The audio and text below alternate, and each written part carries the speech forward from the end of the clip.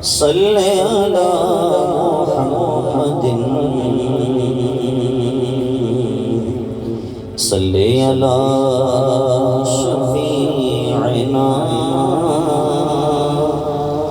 صلی علی محمد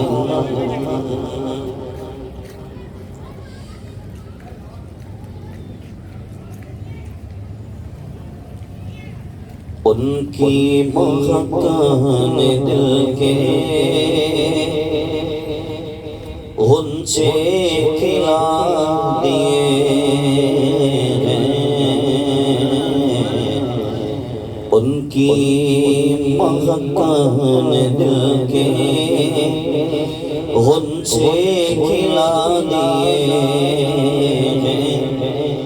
جس راہ چل دیے ہیں کوچے بسا دیے ان کی مہکان دل کے غنچے کھلا دیے اور میرے کریم سے گر قطرہ کسی نے مانگا میرے کریم سے گر قطرہ کسی نے مانگا دریا بہا دیے درب بہا دیے ان کی مہکان دل کے غنچے کھلا دیے اور آنے دو یاد دو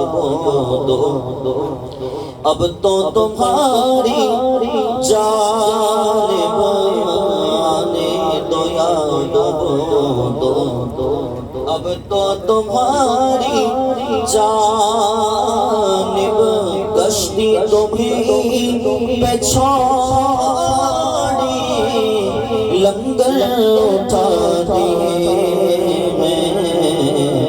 ان کی مہکان دل کے غنچے کھلا دیے ملک سخن کی شاہی تم کو رضا مسلم ملک سخن کی شاہی تم کو رضا مسلم جس سمت آ گئے ہیں سکے بٹھا دیے ان کی مہکان دل کے غنچے کھلا دیے اللہم صلی علی محمد وعلی آل محمد وعلی وسلم صلاة و سلام علیکہ یا سیدی یا رسول اللہ سلم علیکہ یا حبیب اللہ بالکل سادی آواز بات بالکل سادی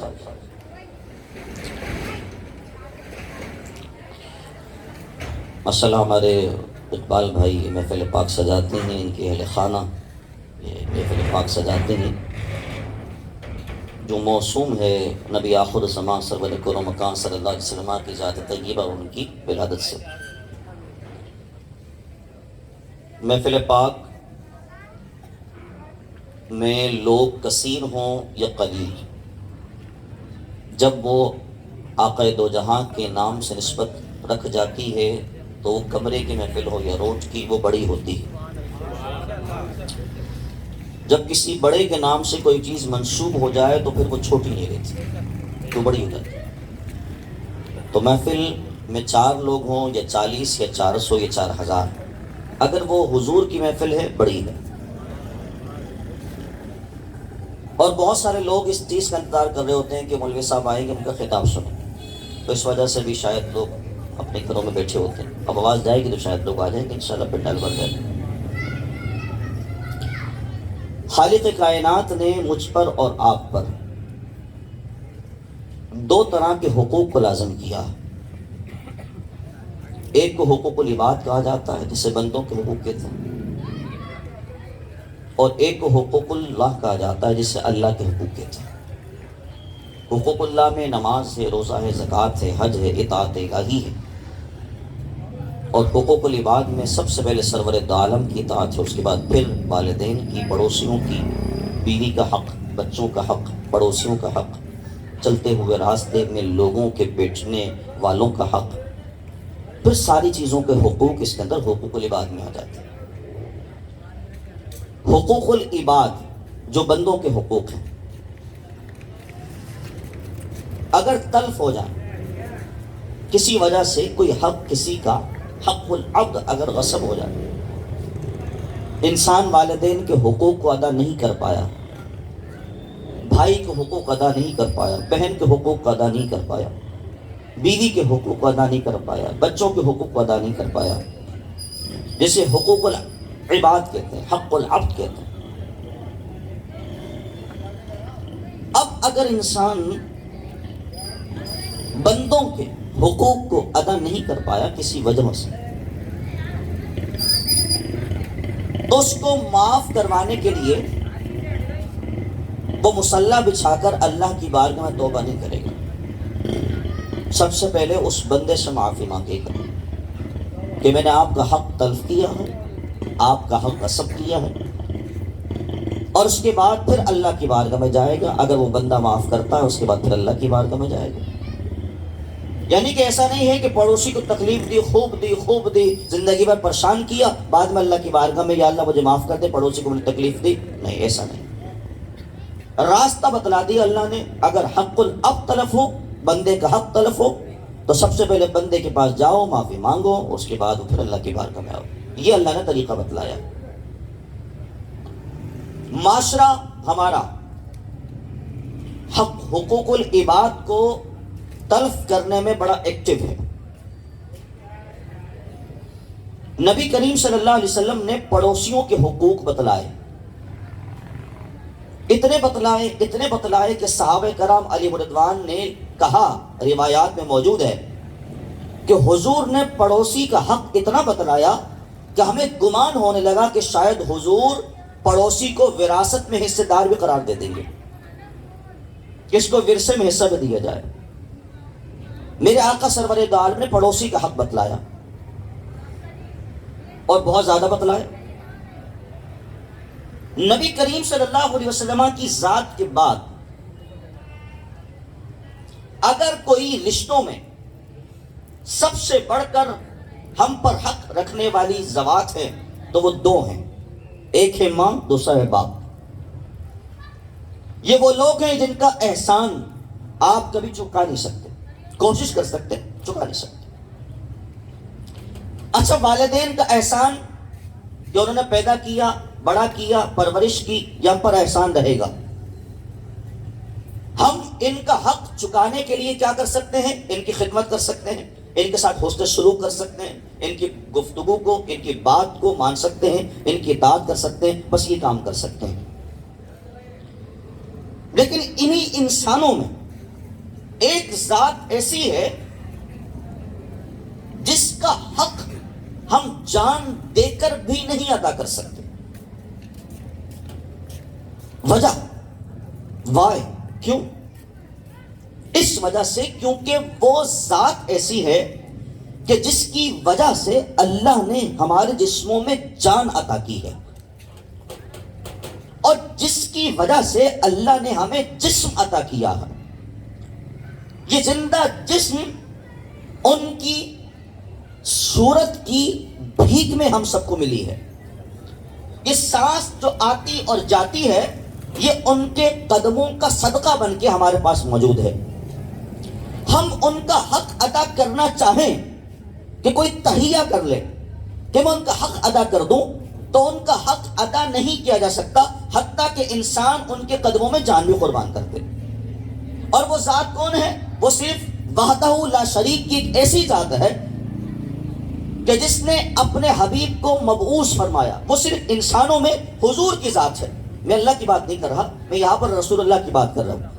وہ نبی کریم صلی اللہ علیہ وسلم کی ذات ہے کہ جن کا ہم پر اتنا احسان ہے، اتنا احسان ہے، اتنا احسان ہے کہ اگر کوئی بندہ ان کے احسان کو چکانے کے لیے، بدلہ دینے کے لیے اگر انسان کمر بستہ ہو بھی جائے تو پھر بھی ان کا احسان کا بدلہ دے نہیں سکتا، کیونکہ ہمارا بال بال ان کے احسان میں ڈوبا ہوا ہے، ہم ان کا بدلہ دے نہیں سکتے۔ اب ان پر احسان، یعنی ان کا احسان جو ہم پر ہے، اس کا بدلہ تو ہم نہیں دے سکتے، پھر کریں کیا؟ ایک آیت کریمہ ہے جو ہم دعائے ثانی میں، دعائے اول میں، محفل کی دعاؤں میں، مجلسوں کی دعاؤں میں، بیٹھکوں کی دعاؤں میں پڑھتے ہیں اہل سنت و جماعت، اور وہ کون سی آیت ہے؟ ان اللہ و ملائکتہ یصلون علی النبی یا ایھا الذین آمنوا صلوا علیہ وسلموا تسلیما۔ بے شک اللہ اور اس کے فرشتے غیب بتانے والے نبی پر درود پڑھتے ہیں۔ اے ایمان والو، تم بھی اس غیب بتانے والے نبی پر درود پڑھو، سلام پڑھو، خوب سلام پڑھو، وسلموا تسلیما، سلام پڑھو، خوب سلام پڑھو۔ ہم ان پر صرف یہ کام کر کے ان کا احسان ابھی بھی نہیں چکا رہے، لیکن ان کی بارگاہ میں یہ تحفہ یہ بھیج سکتے ہیں، بس یہ کام کر سکتے ہیں۔ اب آؤ ذرا جو بات بتلانا چاہتا ہوں تم لوگوں کو، وہ کیا ہے اصل میں، کہ ماں کا حق اگر تلف ہو گیا تو انسان ماں کے پاس چلا گیا، ماں مجھے معاف کر دو۔ باپ کا حق تلف ہو گیا، باپ کے پاس چلا گیا، ابا جان مجھے معاف کر دیجیے۔ یعنی حقوق العباد میں سے جس کا حق تلف ہو رہا ہے، ہم اس کے پاس جا رہے ہیں اور اس سے معافی مانگ رہے ہیں، وہ بندہ معاف کر رہا ہے، ہم پھر اللہ کی بارگاہ میں آ رہے ہیں، مولا فلاں بندے کا حق مجھ سے تلف ہو گیا، اچھا میں نے اس سے معافی مانگ لی ہے، مولا اب اس نے مجھے معاف کر دیا، اب تیری بارگاہ میں آیا ہوں، اب تو مجھے معاف کر دے۔ توجہ ہے آپ کی، میں نتیجہ نکالنے جا رہا ہوں۔ بندے کا حق تلف ہوا، آپ اس کے پاس گئے، آپ نے اس سے معافی مانگی، اور اس کے بعد مصلی بچھایا، 2 رکعت نماز آپ نے صلاۃ الحاجات، صلاۃ توبہ پڑھی، اس کے بعد آپ نے اللہ کی بارگاہ میں دعا کی، مولا میں نے فلاں بندے کا حق تلف کر دیا تھا، میں نے اس سے معافی مانگ لی ہے، اب میں تیری بارگاہ میں آ گیا ہوں کہ اس نے تو معاف کر دیا ہے، اب تو بھی مجھے معاف فرما دے۔ پوچھنا یہ چاہتا ہوں کہ ہم نے بندے کا حق تلف کیا تو بندے کے پاس آ گئے معافی مانگنے کے لیے، اور رب کی بارگاہ میں پھر اس گناہ کو معاف کروانے کے لیے آ گئے، اب اگر اللہ کا حق تلف ہو تو پھر کہاں جائیں؟ بندے کا حق تلف ہوا تو بندے کے پاس آ گئے، اب اللہ تو لا مکاں ہے، اللہ تو جسم و جسمانیت سے پاک ہے، باپ کا جسم تھا ہم اس کے پاس آ گئے، ماں کا جسم تھا اس کے پاس آ گئے، پڑوسی کا جسم تھا اس کے پاس آ گئے، اللہ تو جسم سے پاک ہے، کس کے پاس جائیں؟ اللہ تو مکان سے پاک ہے، کس کے پاس جائیں؟ نہ وہ اوپر ہے، نہ نیچے ہے، نہ دائیں ہے، نہ بائیں ہے، نہ ادھر ہے، نہ ادھر ہے، ہم کس کے پاس جائیں؟ آؤ قرآن سے پوچھتے ہیں، آؤ رب کی آیات سے پوچھتے ہیں۔ بندے کا حق تلف ہوا، بندے کے پاس گئے، اے اللہ تیرا حق تلف ہو جائے، تیری نافرمانی ہو جائے، حقوق اللہ میں مسئلہ درپیش ہو جائے، تو مولا ہم کس کے پاس جائیں؟ کس سے معافی مانگے اور کس کے دربار میں آئیں؟ یہاں تو جسم تھا، جسم کے پاس آ گئے، مجسوم تھا آ گئے، مجسم تھا آ گئے اور اس سے معافی مانگ لی، مولا تیرا حق تلف ہوا ہے، کس کے پاس جائیں؟ تو آؤ قرآن کھولو، 5واں پارہ کھولو، سورہ نساء ہے، رب فرماتا ہے وَلَوْ أَنَّهُمْ اِذْ ظَلَمُوا أَنفُسَهُمْ جَاءُوكَ، اگر اپنی جان پر ظلم کر لو، اگر کوئی گناہ ہو جائے تو پھر کیا کرو؟ جاؤکا، محبوب کی بارگاہ میں آ جاؤ، وجہ تخلیق کائنات کی بارگاہ میں آ جاؤ، نور کائنات کی بارگاہ میں آ جاؤ، چراغ کائنات کی بارگاہ میں آ جاؤ، مصباح کائنات کی بارگاہ میں آ جاؤ، روشنی کائنات کی بارگاہ میں آ جاؤ، وجہ تخلیق باعث کائنات کی بارگاہ میں آ جاؤ۔ وَلَوْ أَنَّهُمْ، اگر تم سے کوئی ظلم ہو جاتا ہے، اِذْ ظَلَمُوا، اگر کوئی جرم کر لیا ہے، کوئی رب کی نافرمانی کر لی ہے، تو تم نے جانا کہا ہے، اِذْ ظَلَمُوا أَنفُسَهُمْ، اپنی جان پر ظلم کیا، رب کی نافرمانی کر دی، جاؤکا، محبوب کی بارگاہ میں آنا ہے، تیری بارگاہ میں حاضر ہو جانا ہے، محبوب تمہارے پاس آئیں گے یہ لوگ، پھر کیا ہوگا؟ فاستغفر اللہ، محبوب کی بارگاہ میں آ کر پھر اللہ کی بارگاہ میں استغفار کرو، فاستغفر اللہ، اللہ سے معافی مانگو، فاستغفر اللہ، پھر کیا کرو؟ واستغفر لهم الرسول، اور رسول تمہاری شفاعت کرے، رسول تمہاری شفاعت کرے۔ تکبیر، نعرہ رسالت، رسول تمہاری شفاعت کرے، وہ بھی رب کی بارگاہ میں یہ کہیں یا اللہ یہ بندہ میرے پاس آیا ہے، یہ بندہ میرے پاس آیا ہے، اپنے گناہ کی معافی چاہتا ہے، میرا حق طلب نہیں کیا، تیرا کیا ہے، لیکن آنا حبیب کے پاس ہے۔ رب نے ایک پتہ بتلا دیا، ایک دربار بتلا دیا، ایک ایڈریس بتلا دیا، تم یہاں پر آ جاؤ، نافرمانی میری کر رہے ہو، آ جاؤ میرے حبیب کی بارگاہ میں، جاؤ کا فاستغفر اللہ واستغفر لهم الرسول، استغفار کرو اللہ کی بارگاہ میں، پھر نبی شفاعت کرے تمہاری، پھر کیا ہوگا؟ لوجد اللہ تواب الرحیمہ، پھر تم اللہ کو بڑا غفور، بڑا تواب، بڑا رحیم پاؤ گے۔ مولا دربار تو تیرا بھی بنا ہوا تھا، مسجد کو بھی بیت اللہ کہا جاتا ہے، اللہ کا گھر کہا جاتا ہے، مولا دربار تو تیرا بھی ہے، آ وہاں بھی سکتے ہیں، لیکن رب ایک پتہ بتلا رہا ہے، اگر کوئی ہو جائے اور معافی جلدی چاہنی ہو، اگر پرچی بڑی لگوانی ہو، سفارش بڑی لگوانی ہو، تو ہم محبوب کے پاس اس وجہ سے بلوا رہے ہیں کیونکہ ہمیں بددہا چہرے والے سے بڑی محبت ہے، واللیل کی زلفوں والے سے بڑی محبت ہے، ہمیں ما زاغ البصر کے چہرے والے سے بڑی محبت ہے، کاف ہا یا عین صاد ان کا ہے چہرہ نور کا، اس نور چہرے والے سے بڑی محبت ہے۔ تم آ تو کہیں اور بھی سکتے ہو، لیکن سنو اگر کام جلدی کروانا ہے تو اس وجہ سے ہم حبیب کی بارگاہ میں بلوا رہے ہیں۔ ایک اعتراض ہے، اعتراض بھی خود ہی کروں گا، جواب بھی خود دوں گا۔ اچھا اعتراض کہیں اور سے سمندر سے بہتا ہوا ہمارے پاس آتا ہے، بھئی مولوی صاحب آپ نے یہ تو بتلا دیا مدینے جائیں گے، مدینے جا کے حضور کی بارگاہ میں مواد شریف کے سامنے ہاتھ باندھ کے کھڑے ہو جائیں، اب ہاتھ بھی کیسے باندھے؟ ہاتھ تو موجود ہیں، وہ ہاتھ باندھنا نہیں دیتے، دعا کے لیے ہاتھ اٹھانے نہیں دیتے، کرے تو کیا کرے، شرطے کھڑے ہیں وہاں پر، اب کریں تو کیا کریں؟ اور اگر مدینے جانے کا ٹکٹ کسی کے پاس نہ ہو، بندوبست نہ ہو، پیسہ نہ ہو، خرچہ نہ ہو، تو کیا کریں؟ میں نے کہا قرآن پڑھیے نا، قرآن میں خود اسی بات کا پتہ موجود ہے۔ کہا وہ کیسے؟ میں نے کہا قرآن یہ نہیں کہتا جاؤک فی المدینہ کہ مدینے میں آؤ،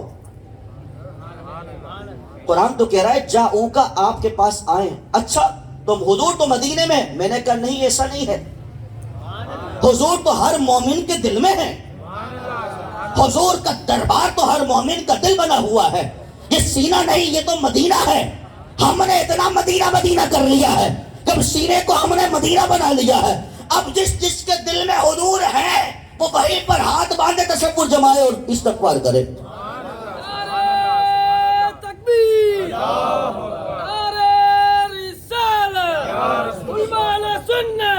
جاؤک فی المدینہ قرآن قید نہیں لگا رہا، مدینے میں آنا ضروری ہے نا، کہا گیا ان کے پاس آ جاؤ۔ اب ان کا جلوہ تو ہر زمانے میں ہے، ان کا جلوہ تو ہر مومن کے دل میں بسا ہوا ہے، ان کا جلوہ تو ہر مومن کے گھر میں موجود ہے۔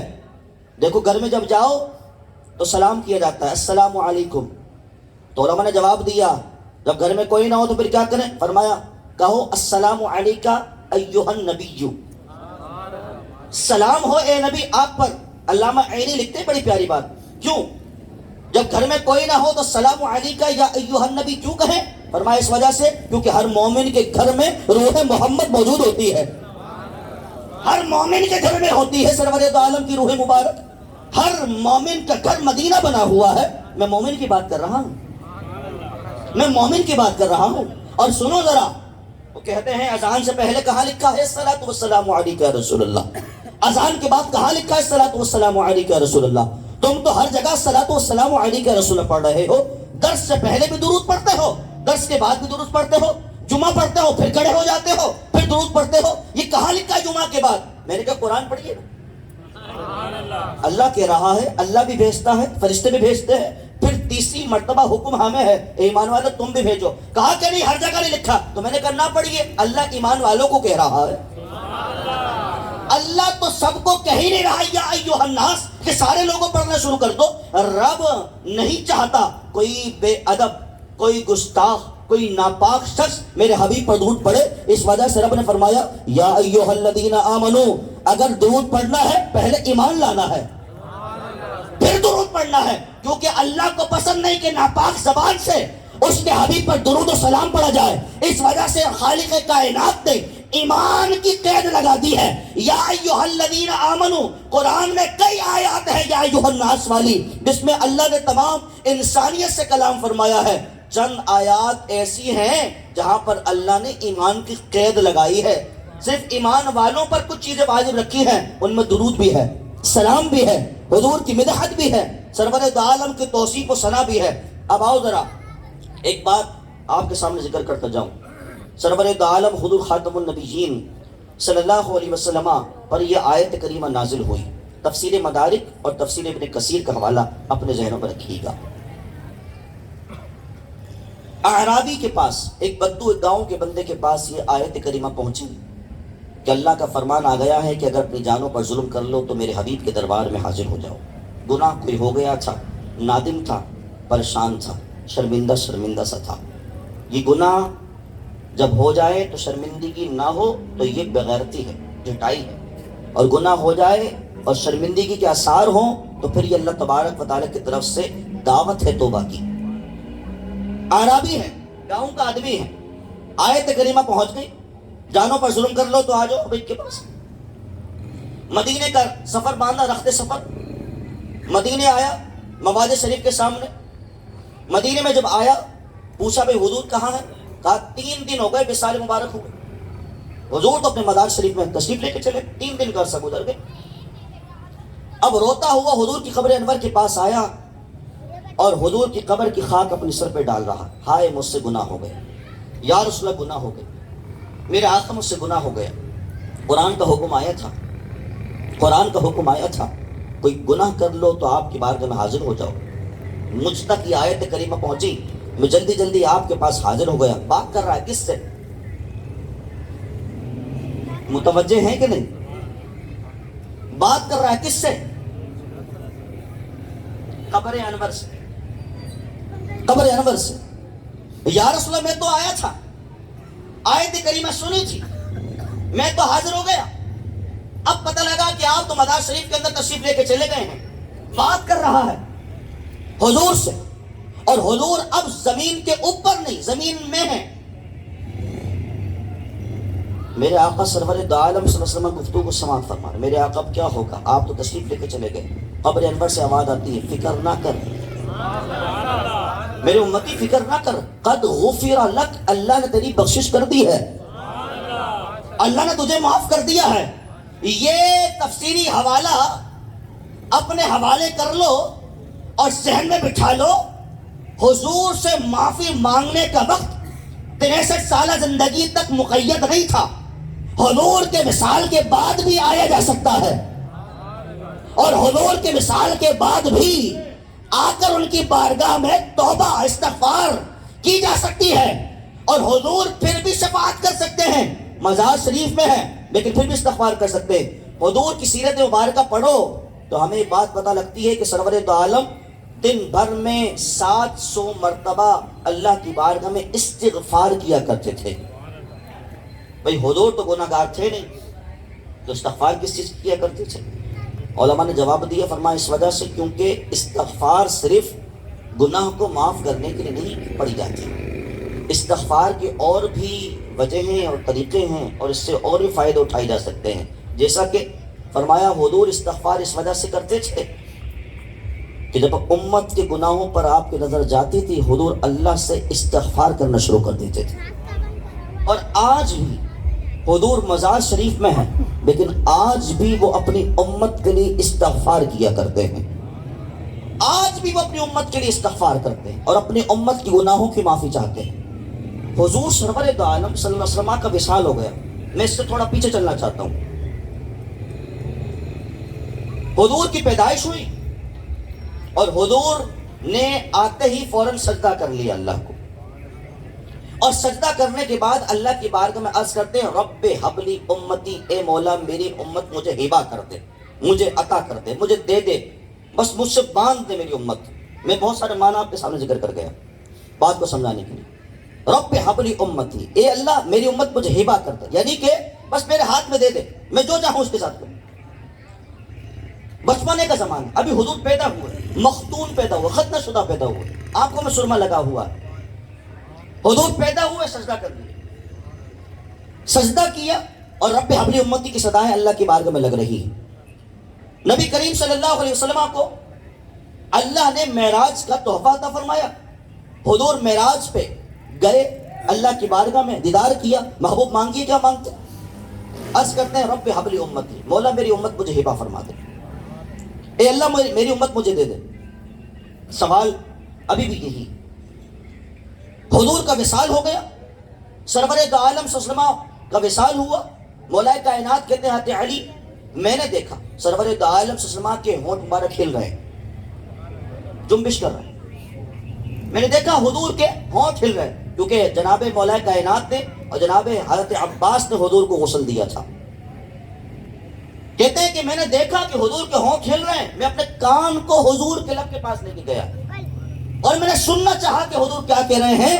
تو سنو, وصال ظاہری کے بعد بھی حضور کو اگر فکر ہے تو امت کی میرا کا اس میں بھی کہہ رہے رب حبلی امتی, رب حبلی امتی.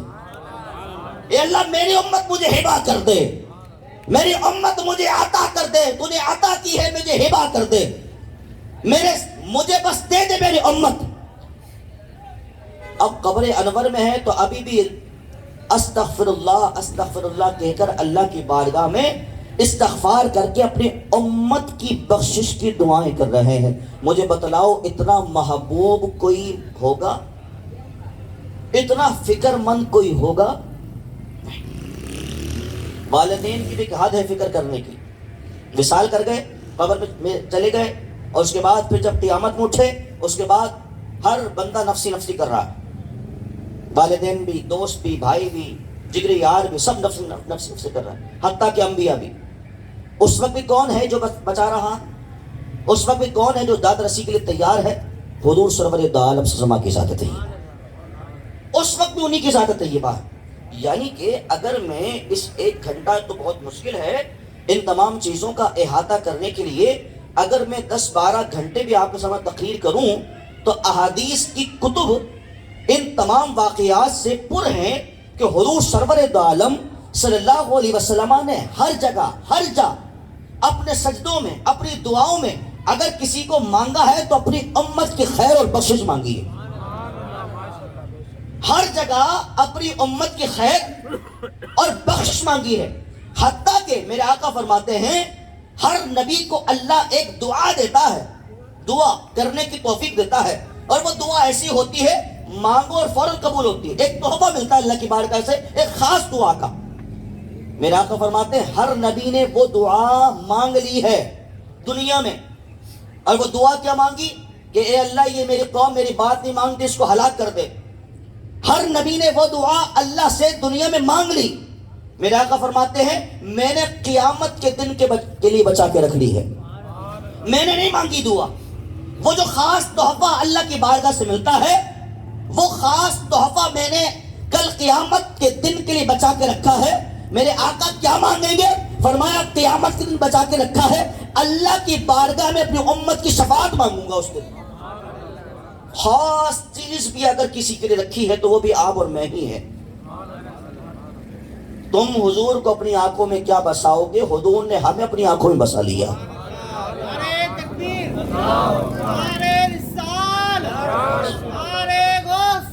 ہم حضور سے کیا محبت کریں گے؟ حضور نے جو کر کے چلے گئے اور جو کر رہے ہیں اور جو قیامت میں اس کا اظہار کریں گے, وہ احسان تو ہم حضور کا چکا ہی نہیں سکتے.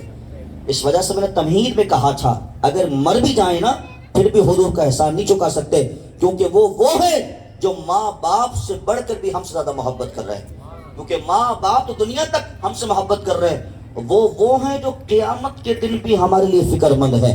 تم کہاں تھے؟ میں تمہیں تو ڈھونڈ رہا تھا. اے امتی تم کہاں تھے؟ تمہیں تلاش کر رہا تھا. تم کہاں گھوم رہے تھے؟ تمہیں تلاش کر رہا تھا.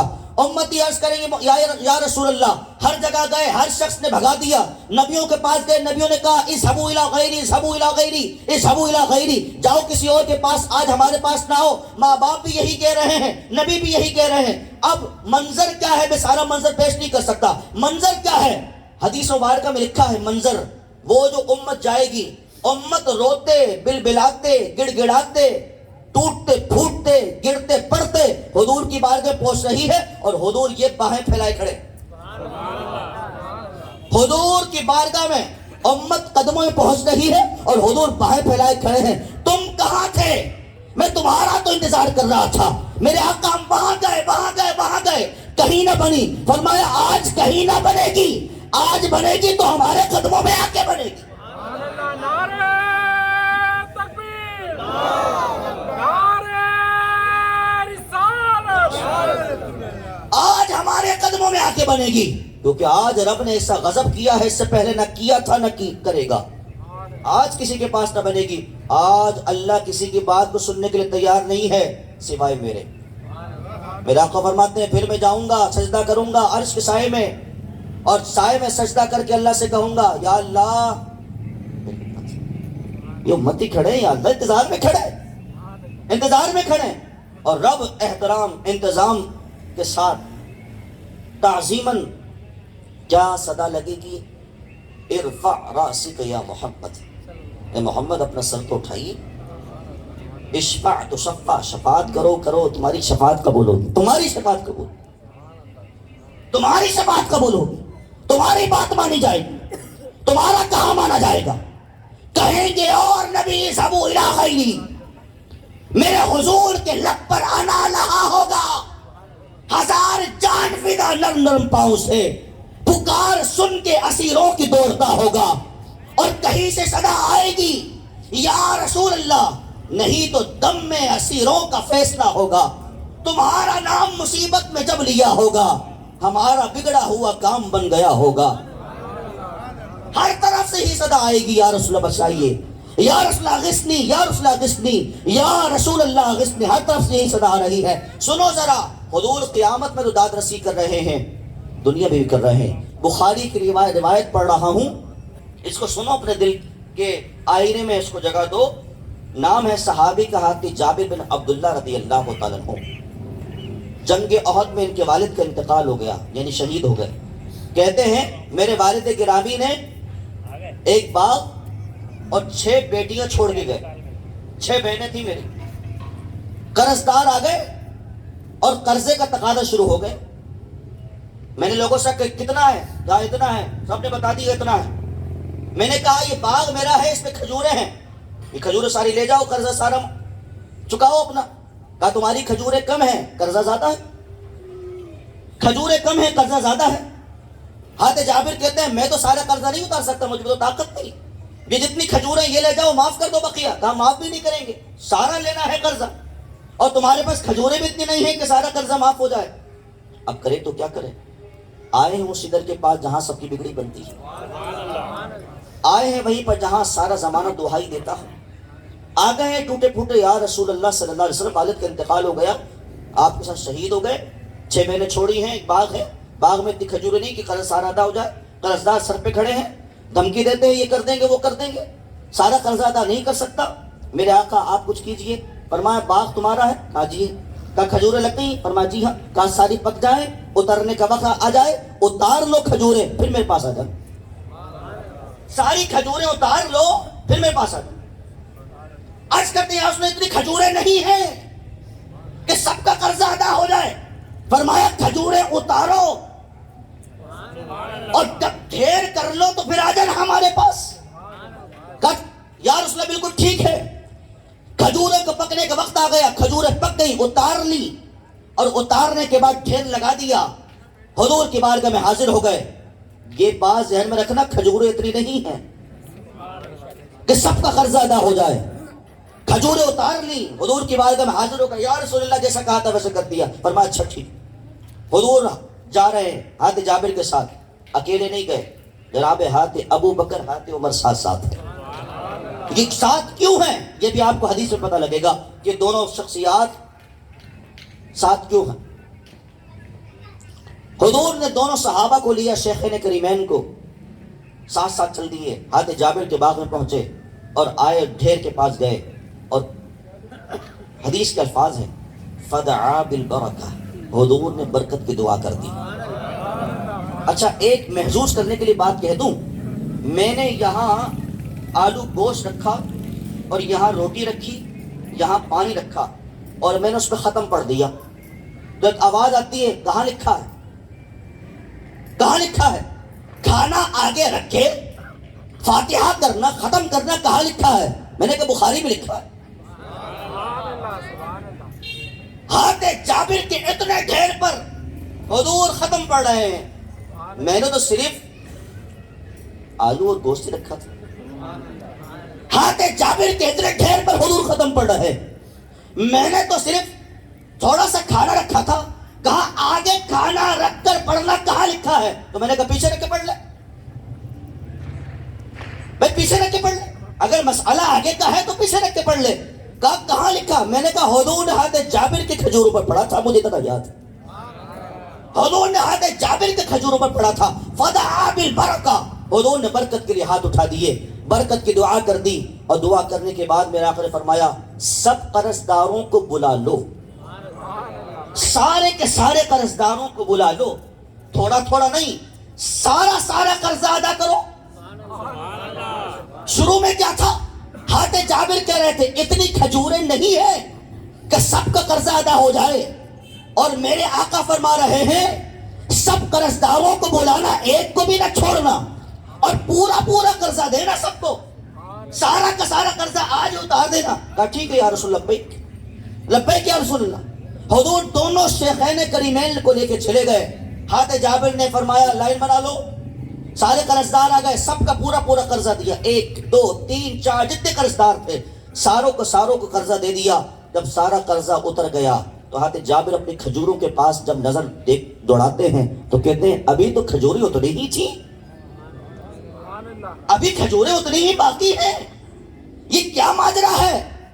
سارے کے سارے قرضداروں کو پہلے تو معاملہ یہ تھا کہ قرضہ سارا ادا نہیں ہو سکتا، اب معاملہ یہ ہے قرضہ سارا ادا ہو چکا ہے اور کھجوریں ابھی بھی باقی بچی ہیں۔ بڑی دل میں خوشی ہوئی، قرضہ اتر گیا، ایک بوجھ تھا وہ اتر گیا، بھاگے حضور کی بارگاہ میں حاضر ہوئے۔ خود ہی کہتے ہیں مغرب کا وقت تھا، میں حضور کی بارگاہ میں حاضر ہوا، میں نے عرض کیا یا رسول اللہ میری تو بگڑی بن گئی، میرے آقا آپ آ گئے، میرا تو کام بن گیا، میرے تو سارے کے سارے معاملہ پورا ہو گئے، سب کو کھجوریں مل گئی، اور عجب بات یہ ہے کہ کھجوریں باقی بھی بچ چکی ہیں۔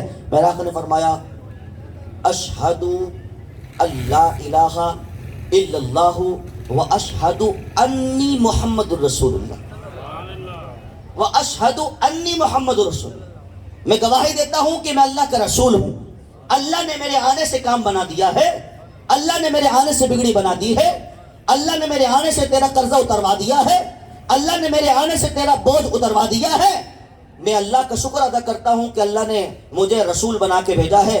سنو ذرا، صرف جابر کے باغ میں آنے کی وجہ سے حضور نے جو بگڑی بنائی ہے، صرف جابر کا قرضہ نہیں چکایا حضور نے، حضور زمانے میں آ کے حضور نے زمانے کو بھی سدھار دیا ہے۔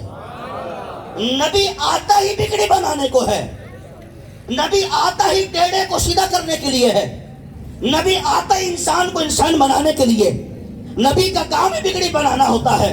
میرے آقا نے فرمایا اچھا مجھے تو یہ بات بتلا دی، ابو بکر عمر کے پاس بھی چلے جاؤ، ان کو ہی بتلاؤ جا کر، جاؤ ان کو ہی بتلاؤ جا کر۔ جناب ہاتھ جابر کہتے میں ابو بکر کے پاس گیا، بڑی توجہ چاہوں گا آپ کی، کہتے میں ہاتھ ابو بکر عمر کے پاس گیا، میں ان کو بتلایا آپ لوگ آئے تھے، حضور کے ساتھ آئے تھے، حضور نے دعا کی تھی، برکت کی دعا کر دی تھی، کھجوریں ساری کی ساری میں نے حضور کے سامنے رکھ دی تھی، وہ سارا کا سارا قرضہ پورا ہو چکا ہے، کھجوریں باقی بچ گئی ہیں۔ تو ان کے ماتھے پر کوئی عجب کی شکل نہیں ہے۔ انہوں نے کیا جواب دیا؟ کہا قد علمنا، قد علمنا، ہمیں تو پہلے سے معلوم تھا۔ یہ نہیں کہا بھائی کیسے ہو گیا، کام تو اللہ بناتا ہے، یہ کیسے ہو گیا، تو شرک والی باتیں کرتے ہو، یہ کیسے ہو گیا، کام تو اللہ بناتا ہے، داد رس تو اللہ ہے، مشکل کشا تو اللہ ہے، غریب نواز تو اللہ ہے، دستگیر تو اللہ ہے، کام تو اللہ بناتا ہے۔ تم جابر کیسی باتیں کرتے ہو، حضور تو شرک مٹانے آئے، تم شرک کی باتیں کرتے ہو۔ نہ ابو بکر یہ بات کہہ رہے ہیں، نہ عمر یہ بات کہہ رہے ہیں، بلکہ کہہ رہے ہیں قد علمنا، ہمیں معلوم تھا، ہمیں معلوم تھا۔ وہ برکت والے پیر جس باغ میں جاتے ہیں اس کو برکت والا کر دیتے ہیں، وہ برکت والے ہاتھ جہاں اٹھتے ہیں وہاں برکت ہی برکتیں نازل ہو جاتی ہیں۔ وہ تو وہ ہے جس کھاری کنویں میں لعاب ڈال دیں اس کھاری کنویں کو میٹھا کر دیتے ہیں۔ وہ تو وہ ہے جس ٹوٹے ہوئے ہاتھ پر اپنا لعاب لگا دیں اس ٹوٹے ہوئے ہاتھ کو جوڑ دیتے ہیں۔ وہ تو وہ ہے جو نکلی ہوئی آنکھ پر اپنا لعاب لگائے تو اس آنکھ کو جوڑ دیتے ہیں۔ سنو ذرا، قد علمنا، ہمیں تو پہلے سے ہی معلوم تھا کہ حضور آئے ہیں تو برکت تو ہوگی، حضور آئے ہیں تو کام تو بنے گا۔ تم نے صدا لگا دی تھی حضور آ گئے ہیں، وہ سنتے ہیں، وہ آتے ہیں، بلانا ہم نہ چھوڑیں گے، نبی کی نعت کی محفل سجانا ہم نہ چھوڑیں گے، یہ نعرہ یا رسول اللہ لگانا ہم نہ چھوڑیں گے، پکارا جب بھی مشکل میں چلے آئے میرے آقا، وہ سنتے ہیں، وہ آتے ہیں، بلانا ہم نہ چھوڑیں گے۔ نعرہ تکبیر، نعرہ رسالت، وہ سنتے ہیں، وہ آتے ہیں، بلانا ہم نہ چھوڑیں گے۔ کہا کہ وہ آ گئے تھے، ہمیں معلوم تھا ان کے پیر میں اللہ نے برکت رکھی ہے، ان کے ہاتھ میں اللہ نے برکت رکھی ہے، ان کی زبان میں اللہ نے برکت رکھی ہے، ان کی نظر میں اللہ نے برکت رکھی ہے، ان کی سماعت میں اللہ نے برکت رکھی ہے، ان کی گویائی میں اللہ نے برکت رکھی ہے، ان کے جسم کو اللہ نے سر تپا برکت ہی برکت بنایا ہے۔ وہ ہمیں معلوم تھا وہ آ گئے ہیں، اسی طرح کا معاملہ ہوگا۔ دنیا کو بتلانا تھا، حضور نے بتایا ابو بکر کو بتا کے آ جاؤ، عمر کو بتا کے آ جاؤ، پھر عمر نے بتایا دنیا کو، ابو بکر نے بتایا دنیا کو، حضرت جابر نے بتایا دنیا کو۔ بات چھپانے والی نہیں تھی، بڑی توجہ چاہوں گا، بات چھپانے والی نہیں تھی، بات تو بتلانے والی تھی۔ اچھا اگر کوئی معاملہ ٹیڑھا میڑھا ہوتا تو امت تک یہ بات نہیں پہنچائی جاتی۔ باقاعدہ امام بخاری اس کو روایت کر رہے ہیں، آپ لوگ قریب قریب آ جائیں، قریب قریب آ جائیں، پیچھے ماشاءاللہ یہ کافی سپیس یہاں پر موجود ہے، کافی سپیس ہے۔ یہ بات بتانے والی تھی، اس وجہ سے صحابہ بتا رہے ہیں اور اپنے نبی کے معجزے کو لوگوں پر ظاہر کر رہے ہیں، مشہور کر رہے ہیں کہ ہمارے آقا سرور دو عالم صلی اللہ علیہ وسلم کے پیروں کی دعا کی برکت سے لوگوں کے کام بن جاتے ہیں۔ میں بس امت کو یہی درس دینا چاہتا ہوں، اور میں نے تقریباً ہر بیان میں اپنے بھائیوں تک یہی پیغام پہنچایا ہے۔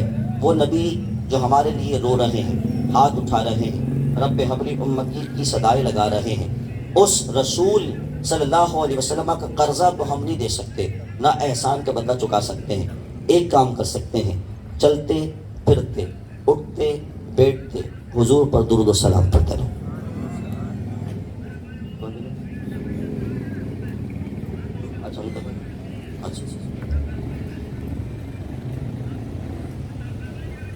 بس یہ کام کرتے جائیں، چلتے پھرتے اٹھتے بیٹھتے حضور پر درود و سلام پڑھیں۔ یہ قرضہ نہیں ہے حضور کا، چکا نہیں سکتے، بدلہ نہیں ہے، یہ صرف حضور کی بارگاہ میں تحفہ ہے، گفٹ ہے بس۔ اس سے ہوگا کیا؟ اس سے فائدہ ہمارا ہوگا، اس سے فائدہ ہمارا، کام ہمارا بنے گا۔ میں دو تین چیزیں عرض کرتا ہوں سوال سے۔ جب کوئی گناہ گار حضور پر درود پڑھتا ہے، آپ کو پتا ہے حضور کی بارگاہ میں اس کا اور اس کے والد کا نام پیش کیا جاتا ہے، اس کا، اس کے والد کا نام باقاعدہ پیش کیا جاتا ہے۔ آپ نے ایک مرتبہ پڑھا حضور کی بارگاہ میں، آپ کا نام، آپ کے والد کا نام پہنچ گئے۔ آپ نے دوبارہ پڑھا، آپ کا نام، آپ کے والد کا نام پہنچ گئے۔ آپ نے تیبارہ پڑھا، آپ کا نام، آپ کے والد کا نام پہنچ گئے۔ آپ روزانہ سینکڑوں مرتبہ پڑھ رہے ہیں، بار بار حضور کی بارگاہ میں آپ کا، آپ کے والد کا نام پہنچ رہا ہے۔ دو چار مرتبہ اگر ہم کسی سے دنیا میں سلام کر لیں تو اس کی شکل بھی ہمارے تصور میں آ جاتی ہے۔ دو چار بار کسی سے ملاقات ہو جائے تو ہم اس کو جانے لگ جاتے ہیں۔ سنو ذرا، 313 مرتبہ روزانہ پڑھو گے تو 313 مرتبہ روزانہ پڑھو گے، 313 مرتبہ تمہارے والد کا نام حضور کی بارگاہ پہنچے گا۔ جان پہچان ہو جائے، جان پہچان ہو جائے کہ بار بار نام پہنچ رہا ہے، بار بار نعمان بن ایوب، نعمان بن ایوب، نعمان بن ایوب، بار بار نام پہنچ رہا ہے، بار بار نام پہنچ رہا ہے، بار بار نام پہنچ رہا ہے۔ جان پہچان ہو گئی حضور سے۔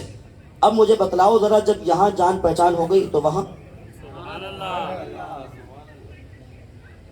اب وہاں کیا ہوگا؟ اب جب جان پہچان گیا ہوں، اب حضور تو بھولتے نہیں کسی کو، حضور تو ہر امتی کا چہرہ پہچانتے۔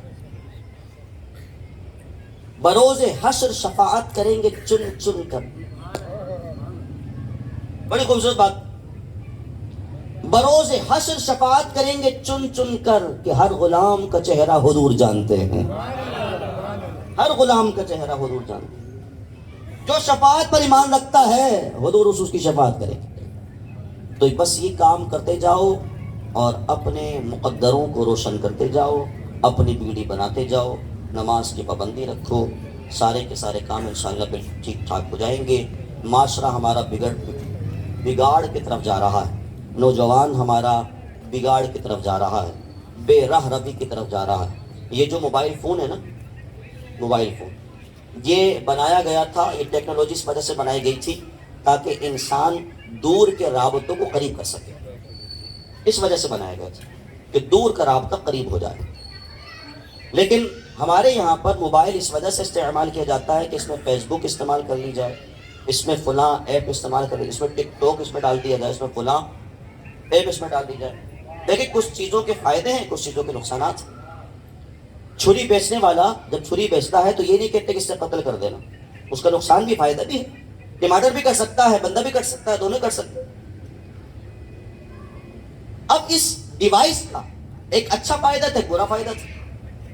اچھا فائدہ تو بہت دور پیچھے کہیں نہیں گیا، بتانے کہاں چلے گئے۔ برا فائدہ اتنا ہے کہ معاشرے کا معاشرہ تباہ ہو گیا، معاشرے کا معاشرہ تباہ ہو گیا اس برائی سے۔ جس کام کے لیے یہ بنایا گیا تھا وہ کام تب دور دور تک نہیں ہے، اب معاشرہ تباہ ہو گیا۔ چلو موبائل تھا، کچھ نہ کچھ معاملہ رکا ہوا تھا، ٹک ٹاک آیا تو ٹک ٹاک نے معاشرے کو میراثی بنا دیا، ڈانسر بنا دیا۔ ہر بندہ، بہت سارے لوگ، اس کی عمر جوانی کی ہے یا بڑھاپے کی ہے، وہ بے ڈھنگا ڈھمکا لگاتا ہے، ڈھنگ سے ڈھمکا لگا رہا ہے۔ وہ ٹک ٹاک پہ اپنی تصویر، اپنی ویڈیو، اپنا اس کی نظر میں ٹیلنٹ جو میراثی پن اس کا ہے، وہ چھچورا پن جسے کہا جاتا ہے، وہ لوگوں کو دکھانا چاہتا ہے یہ میرا ٹیلنٹ ہے۔ معاشرہ تباہ ہو رہا، معاشرہ بگاڑ کی طرف جا رہا ہے اس ڈیوائس کی وجہ سے۔ بہت ساری معاملات ہو گئے نا، تو معاشرہ بگاڑ کی طرف چلا گیا۔ اب اتنا بگاڑ ہو گیا، اتنا بگاڑ ہو گیا کہ نہ آنکھیں محفوظ ہیں، نہ کان محفوظ ہیں، نہ آنکھ محفوظ ہے، نہ کان محفوظ ہے۔ اور حضور آئے تھے دنیا کو بتلانے کے لیے یہ آنکھ جس سے انسان حرام دیکھ لیتا ہے، میرے آقا نے بتلایا جب انسان اس آنکھ سے حرام دیکھتا ہے، فرمایا قیامت کے دن پگھلتا ہوا سیسا اس آنکھ میں ڈالا جائے گا۔ پگھلتا سیسے کے ساتھ دیکھا ہے؟ اگر دیکھنا ہے تو آپ کبھی کسی چوڑی کی فیکٹری میں چلے جائیں، جب چوڑی جب گلتی ہے اور اس کے بعد گلنے کے بعد وہ جو لابے کی شکل اختیار کرتی ہے نا، اس لابے کی شکل کو اپنے ذہنوں میں تصور میں جما لیں، اور جمانے کے بعد پھر یہ سوچیں کہ جب انسان اپنی آنکھوں سے حرام چیز دیکھ رہا ہے تو فرمایا پگھلتا ہوا سیسا، دنیاوی سیسا نہیں، وہ جہنم کا پگھلتا ہوا سیسا ہوگا۔ فرمایا وہ ڈالا جائے گا اس کی آنکھوں میں، وہ پگھلتا ہوا سیسا ڈالا جائے گا۔ حضور صرف کیونکہ ہمارے نوجوانوں نے اور ہمارے لوگوں نے تو حضور کی ولادت کو صرف لائٹوں میں، جھنڈوں میں، جھنڈیوں میں محصور کر دیا ہے کہ شاید حضور کا یہی میلاد ہے۔ نہ میرے بچے، میرے بھائی، میرے نوجوان، حضور کا میلاد صرف لائٹ لگانے میں نہیں ہے۔ حضور کی ولادت ہوئی تھی معاشرے کو سنوارنے کے لیے۔ حضور کی ولادت باسعادت کا مقصد معاشرے کو سنوارنا تھا، معاشرے کے بگاڑ کو درست کرنا تھا۔ اصل میں تو حضور کے آنے کا ہی مقصد تھا، اور قرآن کے نزول کا بھی یہی مقصد ہے۔ جو قرآن نازل ہوا اس کے نزول کا بھی یہی مقصد ہے۔ اور ہمارے یہاں قرآن کے نزول کا مقصد کیا ہے؟ 3 میں پڑھ لو، 10 میں پڑھ لو، 20 میں پڑھ لو، فاتحہ میں پڑھ لو، کوئی پریشانی اس میں پڑھ لو، کوئی بیمار ہو گیا اس میں پڑھ لو۔ یہ ہمارے یہاں مقصد ہے۔ قرآن کا مقصد کیا ہے؟ اِنَّ هَذَا الْقُرْآنَ يَهْدِي لِلَّتِي هِيَ أَقْوَمُ۔ قوموں کے سدھار کے لیے قرآن آیا تھا تاکہ قومیں سدھر جائے، تاکہ معاشرہ سدھر جائے، اس وجہ سے قرآن آیا تھا۔ لیکن ہمارے یہاں پر جس طرح مقصد میلاد کچھ اور بنا لیا گیا، مقصد قرآن کچھ اور بنا لیا گیا، جب انسان مقصد سے ہٹتا ہے تو بہت ساری برائیوں پڑ جاتا ہے۔ اس وجہ سے میں تمام لوگوں تک یہ اپنا پیغام پہنچا کے اس بات پر اپنے بیان کو ختم کر رہا ہوں کہ نبی کریم صلی اللہ علیہ وسلم کی ذات طیبہ کی آمد کا مقصد جو میں نے آپ کے سامنے ذکر کیا، اس کو اپنے ذہن نشین رکھیں، ذہن میں رکھیں۔ حضور آئے تھے ہمیں جہنم سے بچانے کے لیے، اور ہمارا نوجوان اور ہمارا معاشرہ جہنم کی طرف چلتے ہوئے نہیں، دوڑتے ہوئے بھاگ رہا جہنم پہ، اور حضور آئے تھے جنت کی طرف لے جانے کے لیے۔ تو اس وجہ سے اپنے آپ کو جنتی بنانا ہے تو حضور کی اطاعت اپنے پر لازم کریے، نبی کریم صلی اللہ علیہ وسلم کی اطاعت اپنے پر لازم کریں، انشاءاللہ فائدہ ہوگا اور مقصد میلاد بھی انشاءاللہ پورا ہوگا۔ یہی وجہ ہے، میں کئی مرتبہ یہ بات عرض کرتا ہوں، یہی وجہ ہے کہ ہم سالوں سے میلاد کرتے بھی ہیں اور سالوں سے میلاد میں شرکت بھی کرتے ہیں، لیکن جیسے 23 سال پہلے تھے ویسے 23 سال بعد میں ہے، کیونکہ مقصد میلادی ہمارے ذہن میں نہیں، مقصد میلادی ہمارے ذہن میں نہیں، وہابی کو چڑھانا مقصد نہیں ہے ہمارا۔ حضور کی آمد کا مقصد کچھ میں نے ابھی آپ کے سامنے ذکر کیا کیا، تو اس طرح پہلے تھے اسی طرح آج، کیونکہ مقصد سے جب انسان ہٹتا ہے تو بہت ساری برائیوں پڑ جاتا ہے۔ خالق کائنات کی بارگاہ میں دعا کرتے ہیں کہ اللہ عمل کی توفیق عطا فرمائے، اس بیان میں کوئی غلطی ہو اللہ اپنے کرم سے معاف فرمائے، آمین بجاہ نبی الامین صلی اللہ علیہ وسلم۔